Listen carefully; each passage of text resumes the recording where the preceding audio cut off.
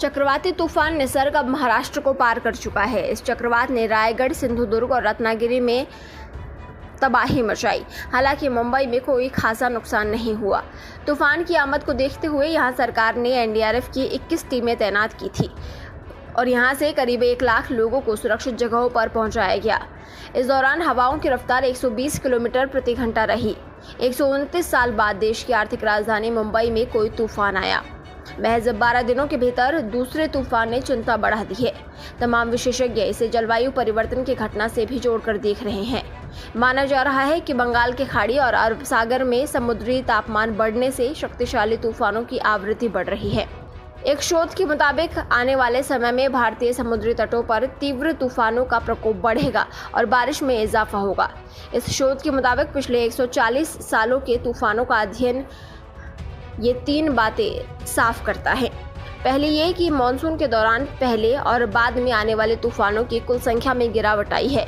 दूसरी ये कि देखा गया है कि बंगाल की खाड़ी और अरब सागर में बनने वाले तूफान पहले की अपेक्षाकृत ज्यादा शक्तिशाली हो रहे हैं। तीसरी ये कि शक्तिशाली तूफानों की आवृत्ति जल्दी हो रही है और तूफान के दौरान होने वाली बारिश भी बढ़ रही है। इसमें 10 से 15% की बढ़ोतरी का अनुमान है। जब ये शक्तिशाली तूफान तट से टकराते हैं तो हवा के साथ साथ भारी बारिश भी होने से नुकसान में इजाफा हो रहा है। क्लाइमेट ट्रेंड ने भारतीय समुद्र में लगातार 2 तूफानों का विश्लेषण करते हुए कहा कि समुद्र की सतह गर्म होने का परिणाम ये तूफान है।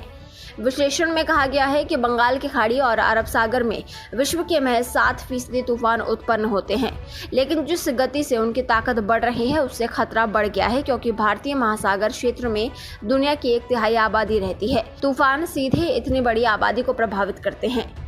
निसर्ग चक्रवाती तूफान ने बुधवार को पूरे कोंकण क्षेत्र में कयामत ला दी। 129 साल बाद महाराष्ट्र के मुंबई तट पर 120 किलोमीटर की रफ्तार और तूफानी धार से चली हवाओं ने हर खासवाम को हिलाकर रख दिया।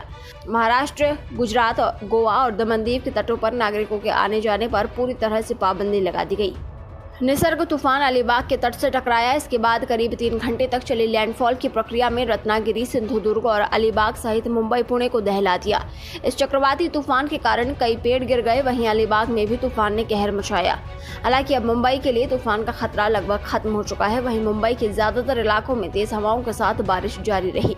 साथ ही हवाएं 50 किलोमीटर प्रति घंटे से ज्यादा की रफ्तार से नहीं चलेंगी। महाराष्ट्र में तेज हवाओं और बारिश के कारण कई जगहों पर पेड़ टूट कर गिर गए। तूफान के मद्देनजर बांद्रा-वर्ली सी लिंक पर ट्रैफिक की आवाजाही रोक दी गई। महाराष्ट्र में एनडीआरएफ की टीमें तैनात की गई। मुंबई, ठाणे, रायगढ़, रत्नागिरी में तेज हवाओं के साथ बारिश हुई। ऐसे में लोगों को घरों से बाहर न निकलने की सलाह दी गई। वहीं मुंबई एयरपोर्ट पर भी शाम 7 बजे तक आवाजाही को रोक दिया गया।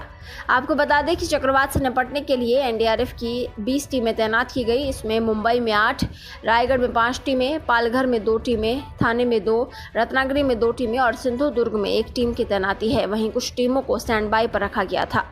बता दें कि 2 हफ्ते में देश को दूसरे समुद्री तूफान का सामना करना पड़ रहा है। पहले अम्फान ने पश्चिम बंगाल और ओडिशा में तबाही मचाई थी।